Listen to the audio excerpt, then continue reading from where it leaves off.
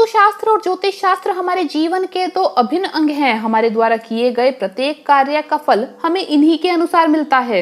हम दिन भर में जो भी काम करते हैं, जो भी बात कहते हैं, सुनते हैं, यहाँ तक कि जो भी खाते पीते और पहनते हैं, उसका प्रभाव हमारे जीवन पर अवश्य पड़ता है, क्योंकि घर के वास्तु पुरुष की हमारे हर क्रियाकलाप पर दृष्टि होती है।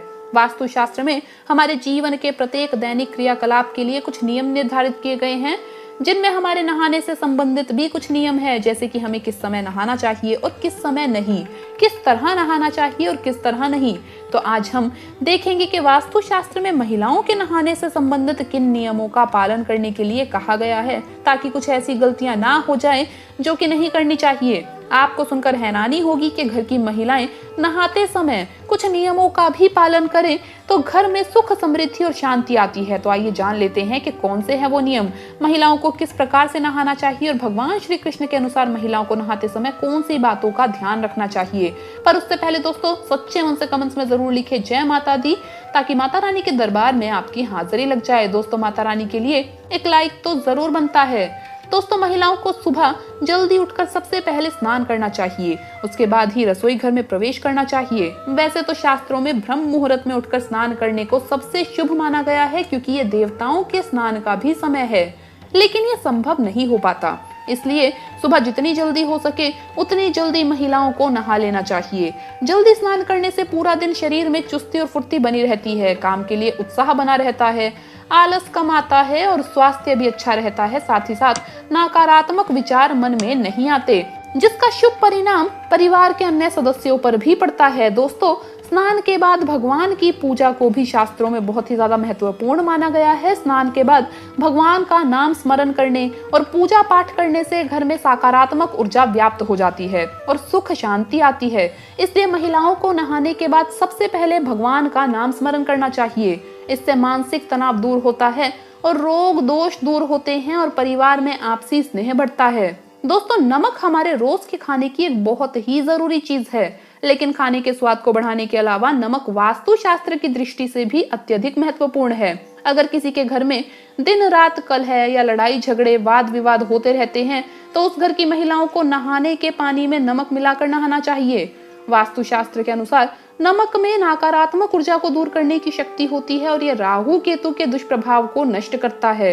ये उपाय करने से घर की सारी नकारात्मकता, तनाव तथा संकट दूर हो जाते हैं और सुख, शांति और समृद्धि आती है। दोस्तों, इसके अलावा एक बहुत ही खास बात अब हम आपको बताने वाले हैं। महिलाओं को नहाते समय इस एक बात का ध्यान जरूर रखना चाहिए, जिसे वास्तुशास्त्र के अनुसार भी गलत माना गया है और अक्सर महिलाएं ये गलती कर बैठती है। नहाते समय किसी भी महिला को पूर्ण रूप से नग्न होकर नहीं नहाना चाहिए। ये वास्तुशास्त्र की दृष्टि से सही नहीं होता। इसके पीछे का कारण आइए हम आपको बताते हैं। हिंदू धर्म में एक महापुराण पद्म पुराण में इसका कारण एक कथा के रूप में बताया गया है कि महिलाओं को सार्वजनिक रूप से पूरी तरह निर्वस्त्र होकर क्यों नहीं नहाना चाहिए। दोस्तों, भगवान श्री कृष्ण की लीलाओं की कहानियां तो आपने अनेकों बार सुनी होगी। इनमें से आपने वो कहानी भी जरूर सुनी होगी जिसमें भगवान श्री कृष्ण यमुना नदी में स्नान कर रही गोपियों के वस्त्र चुरा लेते हैं, और इस कहानी को आपने मात्र श्री कृष्ण की गोपियों के साथ मस्ती समझ लिया होगा, लेकिन ये असली कारण नहीं है। इसके पीछे भगवान श्री कृष्ण की गोपियों को और बाकी सभी महिलाओं के लिए भी एक सीख छुपी हुई है।